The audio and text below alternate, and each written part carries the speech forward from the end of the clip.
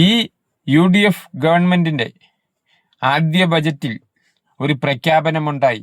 മലയാളത്തിലെ super star, താരജാടയില്ലാത്ത, എല്ലാവരെയും ഒരേപോലെ കാണുന്ന മലയാളി മനസ്സുകളുടെ ഇഷ്ടതാരമായ സലീം കുമാർ നമ്മൾ നിന്ന് വിട പറഞ്ഞു പോയി.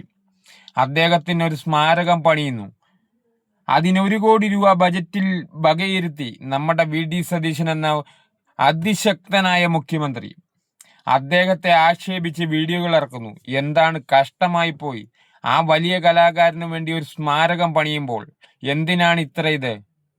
നിങ്ങൾ മലയാള സിനിമയിൽ പല നടന്മാരെ ശ്രദ്ധിക്കുക. ഒരു ജനങ്ങളുടെ കാശ് കൊണ്ട്, ജനങ്ങൾ കൊടുക്കുന്ന പൈസ കൊണ്ട് ആഡംബരം കളിച്ച് നടക്കുന്ന മലയാള സിനിമയിലെ പല നടന്മാരും ഒരു മനുഷ്യനെ കണ്ട തിരിഞ്ഞു നോക്കൂ. ഇവന്മാരൊക്കെ പുച്ഛമല്ലേ? നമ്മുടെ കാശ് കൊണ്ട് സിനിമ, നമ്മൾ അവരുടെ സിനിമ കാണും നമ്മുടെ കാശ് കൊടുത്ത്. എന്നിട്ട് ഇവന്മാർ മലയാളി നമ്മളെ മൈൻഡ് ചെയ്യുവോ? അവന്മാർ VIP കാറുകളിലും പ്ലെയിനിലും ഫ്ലൈറ്റിലും കറങ്ങി നടക്കല്ലേ. ഇവന്മാരൊരു മനുഷ്യനെ കണ്ടാൽ മിണ്ടുവോ?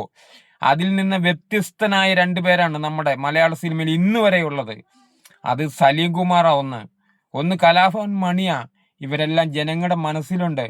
പല സംസ്ഥാനങ്ങളിലും നിങ്ങൾ നോക്ക്, നമ്മുടെ ഇവിടെ കേരളം വിട്ട് പല സംസ്ഥാനങ്ങളിലും ഓരോ പ്രതിമകൾ കോടികൾ മുടക്കിയാണ് പണിയുന്നത്. നമ്മുടെ സലീമേട്ടന് വേണ്ടി പണിയട്ടെ, നല്ല കാര്യമല്ലേ? അദ്ദേഹത്തെ നമുക്ക് ഓർക്കത്തില്ലേ?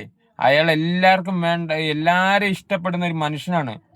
പല സംസ്ഥാനങ്ങളിൽ, നമ്മുടെ ഈ കേരളം വിട്ടു കഴിഞ്ഞാൽ പല സ്റ്റേറ്റുകളും കണ്ടിട്ടുണ്ട്. പ്രതിമ എന്തിനു പണിയുന്ന? അവിടെ കോടികളാണ് മുടക്കുന്നത്, കോടികൾ. ജനങ്ങൾക്ക് ഉപകാരപ്പെടുന്ന ആണോ അവിടെ പ്രതിമകൾ പണിയുന്ന? അല്ലല്ലോ.